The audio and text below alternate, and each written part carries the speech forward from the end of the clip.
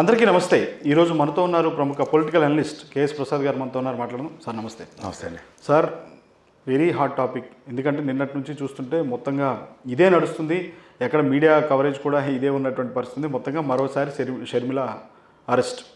షర్మిల గారు ఏమంటున్నారంటే, నాకు ఇక్కడ ఉన్నటువంటి రాజకీయ పార్టీలతోనే కాదు, దేశంలో ఉన్న రాజకీయ పార్టీలతోనే కాదు, నాకు ఇతర దేశాల్లో ఉన్నటువంటి రాజకీయ పార్టీలతో కూడా నాకు సంబంధాలు లేవు, నా బిడ్డల మీద ఒట్టేసి చెప్తున్నాను ఆవిడ చెప్తున్నారు. కానీ కేసీఆర్ నన్ను చూసి, మా యొక్క పాదయాత్ర చూసి భయపడే వాళ్ళు ఆపుతున్నారు అని చెప్పేటువంటి వ్యాఖ్యలు చేస్తున్నారు. ఏంటి ఇంకా అడ్డుకునేటువంటి ప్రయత్నం ఎందుకు జరుగుతుందంటారు?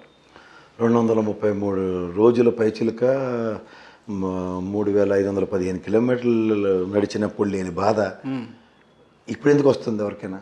అది భాష. ఆవిడ ఎవరిని పడితే వాళ్ళని ఎలా పడితే అలా మాట్లాడి మొగతనాలు ఇట్లన్నిటి గురించి మాట్లాడుతూ ఆవిడ అనలేదన్నా సరే, అన్నారన్నా సరేనా ఇప్పుడు ఒక అన్సర్టనిటీ డ్రైవ్ అవుతుంది. ఆ అంబిగ్యూటీలో ఒక అడుగు ముందుకు వెళ్ళాం కన్నా వారం 10 రోజులు గ్యాప్ తీసుకుని వెళ్ళడం అన్నది కరెక్ట్గా. ఎందుకంటే ల్యాండ్ ఆర్డర్ ప్రాబ్లం, స్టేట్ గవర్నమెంట్లోకి సర్టన్ డిస్కషన్స్ ఉంటాయి. పంతానికి వెళ్తే పంతం కొద్దీ ఏం చేద్దామన్నా కొన్ని అవుట్కమ్లు ఉండవు. మాటకొస్తే అమరావతి పాదయాత్ర రెండోసారి అడవడపడి ఆవేశాలకు గురైంచారు. మొదటిసారి ఎలా ఉన్నారు? సబ్మెసివ్గానే పని చేసుకుంటూ వెళ్ళారు. ఏమైంది? ఎవరైనా ఆక్షేపించగలిగారా? రెండోసారి యాదవేశాలు వేసుకుంటూ తొడలు కొట్టి మేసాలు తిప్పి లేనిపోయినవన్నీ బేగాలు ప్రదర్శిస్తే ఏమవుతుంది? అట్లాగే జరుగుతుంది. ఇక్కడ కూడా నిన్న మొన్న ఒక అంబిగ్యూటీ డ్రైవ్ అయింది. బస్సులు కాల్చుకుని దాకా వెళ్ళారు, విగ్రహాల దగ్గర తగలబెట్టిన పరిస్థితి నుంచి వచ్చిన ఒక అతను మనుషులు తనను తాను ఆత్మహత్య ప్రయత్నం చేశాడు.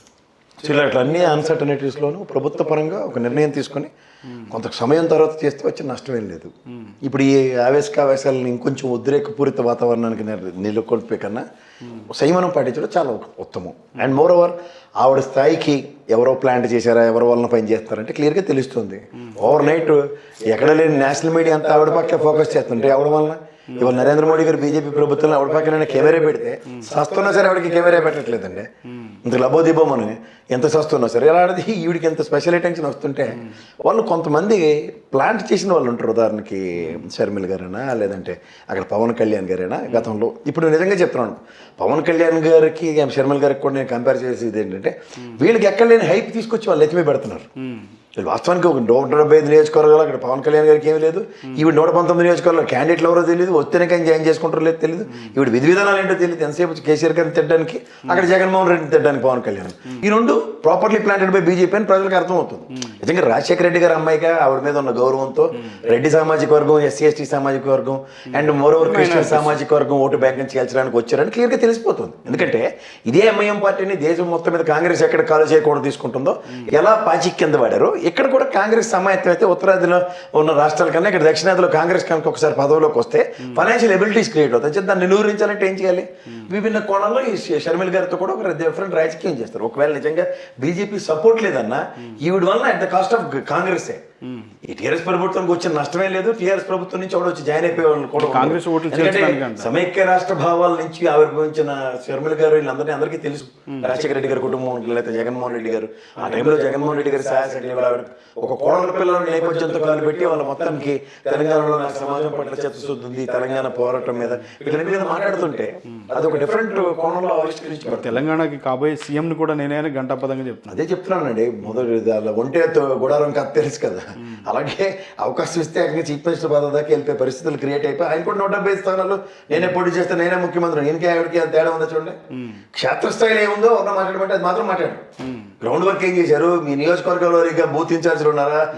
క్రియాశీలక రాజకీయాలుగా కార్యకర్తల్ని నిర్మించుకోగలిగారా? ఇలాంటివన్నీ మాట్లాడమంటే మాట్లాడు. మేనిఫెస్టో ఏంటి? ఏముండదు. మేనిఫెస్టో ఏముందంటే కేసీఆర్ గారిని తిట్టడం, అక్కడ జగన్మోహన్ రెడ్డి తిట్టడం. ఇది ఇంతే. ఏమొస్తుంది? ఏం సాధిస్తాం? అందుకే ప్రజలు కూడా చాలా విజ్ఞులండి. పవన్ కళ్యాణ్ గారికి ఒక సీట్ కూడా గెలవకుండా కూర్చోబెట్టారు. అలాగే ఇక్కడ కూడా జరగబోయేది ఏంటంటే ఓటు బ్యాంక్ విచ్చడానికి ఇప్పుడు తెరలేపింది. This is the mission, she will do definitely successful. ఇంకా కేసీఆర్ మమ్మల్ని అణిచివేస్తున్నాడు, కేసీఆర్ అణిచివేయడంలో దిట్ట, మా యొక్క ఉద్యమాన్ని అణిచివేసే ప్రయత్నం జరుగుతుంది, కుట్ర జరుగుతుంది అనే స్థాయిలో ఇందులో ఉద్యమం మళ్ళీ మనం అదే చెప్తున్నాడు. భావం, భాష చాలా ఇంపార్టెంట్. ఇందులో ఏం ఉద్యమం ఉంది? ఇది ప్రజాస్వామ్య విధంగా ఏర్పడిన ప్రభుత్వమే కానీ రాజరిక వ్యవస్థలు కాదు కదా. ప్రజాప్రభుత్వం నెలకొల్పుతాం. ప్రజాస్వామ్య ఎన్నికల్లో మేము యుద్ధం చేస్తాం ఖచ్చితంగా. మా విధి విధానం లేదు కాబట్టి మమ్మల్ని ప్రజల మనసులు గెలుచుకుంటాం మాట్లాడకుండా మేము మళ్ళీ పోరాటం చేస్తాం. ప్రజలు అధికారం కట్టబెడితే కేసీఆర్ పూర్తిగా ప్రజలందరినీ నట్టేంటని ముంచేశాడు.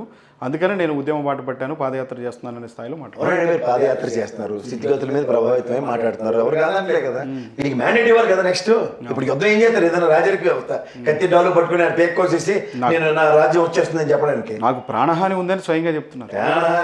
అలాంటివన్నీ మా ఓగతం కూడా ఉపన్యాసాలకి ఎవరు భయం పడరు. ఆవిడకి భయం పడడం ఏంటి? ఫస్ట్ ఆఫ్ ఆల్ ఆవిడ భయం పడదు, రాజశేఖర రెడ్డి గారి అమ్మాయి.